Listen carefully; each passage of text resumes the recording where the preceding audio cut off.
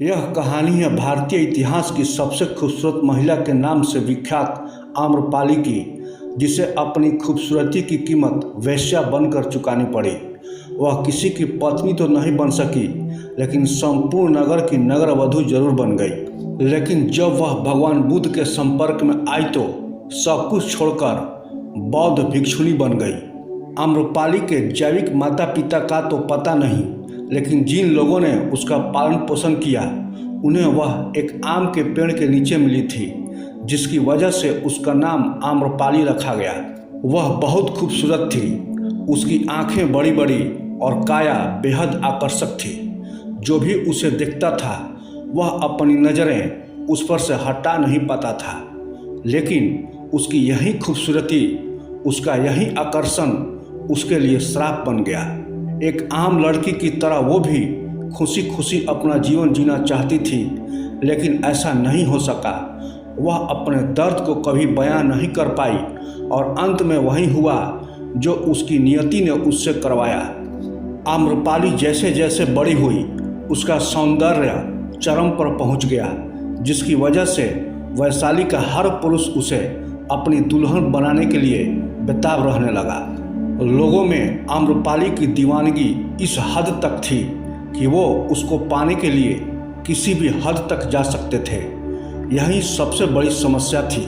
आम्रपाली के माता पिता जानते थे कि आम्रपाली को जिसको भी सौंपा गया तो बाकी के लोग उनके दुश्मन बन जाएंगे और वैशाली में खून की नदियां बह जाएगी। इसलिए वह किसी भी नतीजे पर नहीं पहुंच पा रहे थे। इस समस्या का हल खोजने के लिए एक दिन वैशाली में सभा का आयोजन हुआ। इस सभा में मौजूद सभी पुरुष आम्रपाली से विवाह करना चाहते थे, जिनकी वजह से कोई निर्णय ले पाना बहुत मुश्किल हो गया था। इस समस्या के समाधान हेतु अलग अलग विचार प्रस्तुत किए गए, लेकिन कोई इस समस्या को सुलझा नहीं पाया। लेकिन अंत में जो निर्णय लिया गया उसने आम्रपाली की तकदीर को अंधेरी खाइयों में ढकेल दिया। सर्वसम्मति के साथ आम्रपाली को नगर वधू यानी वेश्या घोषित कर दिया गया। ऐसा इसलिए किया गया क्योंकि सभी जन वैशाली के गणतंत्र को बचा कर रखना चाहते थे। क्योंकि अगर आम्रपाली को किसी एक को सौंप दिया जाता तो इससे एकता खंडित हो सकती थी। नगर वधू बनने के बाद हर कोई उसे पाने के लिए स्वतंत्र था। इस तरह गणतंत्र के एक निर्णय ने उसे भोग्या बनाकर छोड़ दिया। लेकिन आम्रपाली की कहानी यहीं समाप्त नहीं होती है। जब एक दिन वो भगवान बुद्ध के संपर्क में आती है तो सब कुछ छोड़कर एक बौद्ध भिक्षुणी बन जाती है। आइए आम्रपाली के भिक्षुणी बनने की कहानी भी जान लेते हैं। एक समय भगवान बुद्ध अपने एक प्रवास के दौरान वैशाली आए। कहते हैं कि उनके साथ सैकड़ों शिष्य भी हमेशा साथ रहते थे। सभी शिष्य प्रतिदिन वैशाली की गलियों में भिक्षा मांगने जाते थे। वैशाली में ही आम्रपाली का महल भी था। वह वैशाली की सबसे सुंदर स्त्री और नगर वधू थी। वह वैशाली के राजा, राजकुमारों और सबसे धनी और शक्तिशाली व्यक्तियों का मनोरंजन करती थी। एक दिन उसके द्वार पर भी एक भिक्षुक भिक्षा मांगने के लिए आया। उस भिक्षुक को देखते ही वह उसे प्रेम करने लगी। वह प्रतिदिन ही राजा और राजकुमारों को देखती थी, पर मात्र एक भिक्षा पात्र लिए हुए उस भिक्षुक में उसे अनुपम गरिमा और सौंदर्य दिखाई दिया।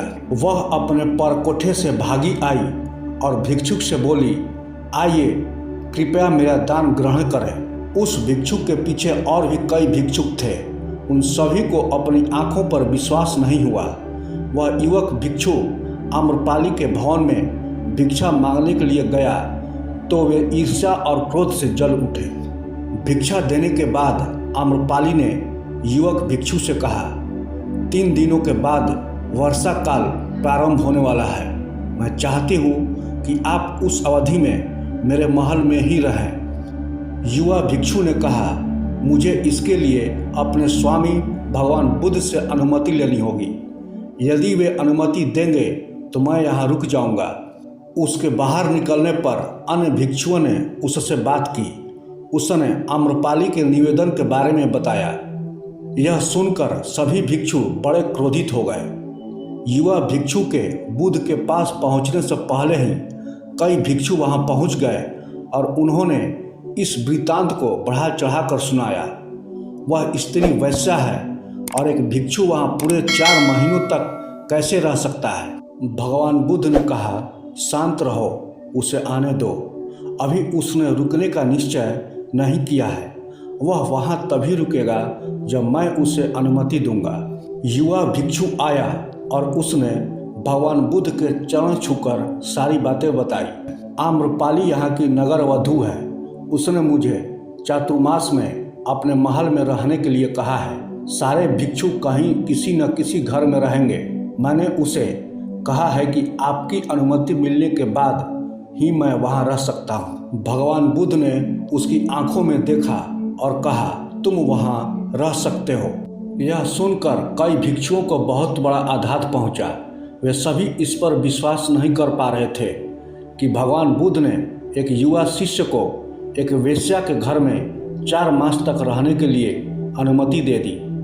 3 दिनों के बाद युवा भिक्षु आम्रपाली के महल में रहने के लिए चला गया। अन्य भिक्षु नगर में चल रही बातें बुद्ध को सुनाने लगे। सारे नगर में एक ही चर्चा हो रही थी कि एक युवा भिक्षु आम्रपाली के महल में 4 महीनों तक रहेगा। भगवान बुद्ध ने कहा, तुम सब अपनी दिनचर्या का पालन करो। मुझे अपने शिष्य पर विश्वास है। मैंने उसकी आंखों में देखा है कि उसने मन में कोई इच्छाएं नहीं है। यदि मैं उसे अनुमति नहीं भी देता तो भी उसे बुरा नहीं लगता। मैंने उसे अनुमति दी और वह चला गया। मुझे उसके ध्यान और संयम पर विश्वास है। तुम सभी इतने व्यग्र और चिंतित क्यों हो रहे हो? यदि उसका धर्म अटल है तो आम्रपाली भी उससे प्रभावित हुए बिना नहीं रहेगी, और यदि उसका धर्म निर्बल है तो वह आम्रपाली के सामने समर्पण कर देगा। यह तो भिक्षु के लिए परीक्षण का समय है। बस 4 महीनों तक प्रतीक्षा कर लो। मुझे उस पर पूर्ण विश्वास है। वह मेरे विश्वास पर खरा उतरेगा। उनमें से कई भिक्षुओं को भगवान बुद्ध की बात पर विश्वास नहीं हुआ। उन्होंने सोचा वे उस पर नाहक ही इतना भरोसा करते हैं। भिक्षु अभी युवा है और आम्रपाली बहुत सुंदर है। वे भिक्षु संत की प्रतिष्ठा को खतरे में डाल रहे हैं, लेकिन वे कुछ कर भी नहीं सकते थे।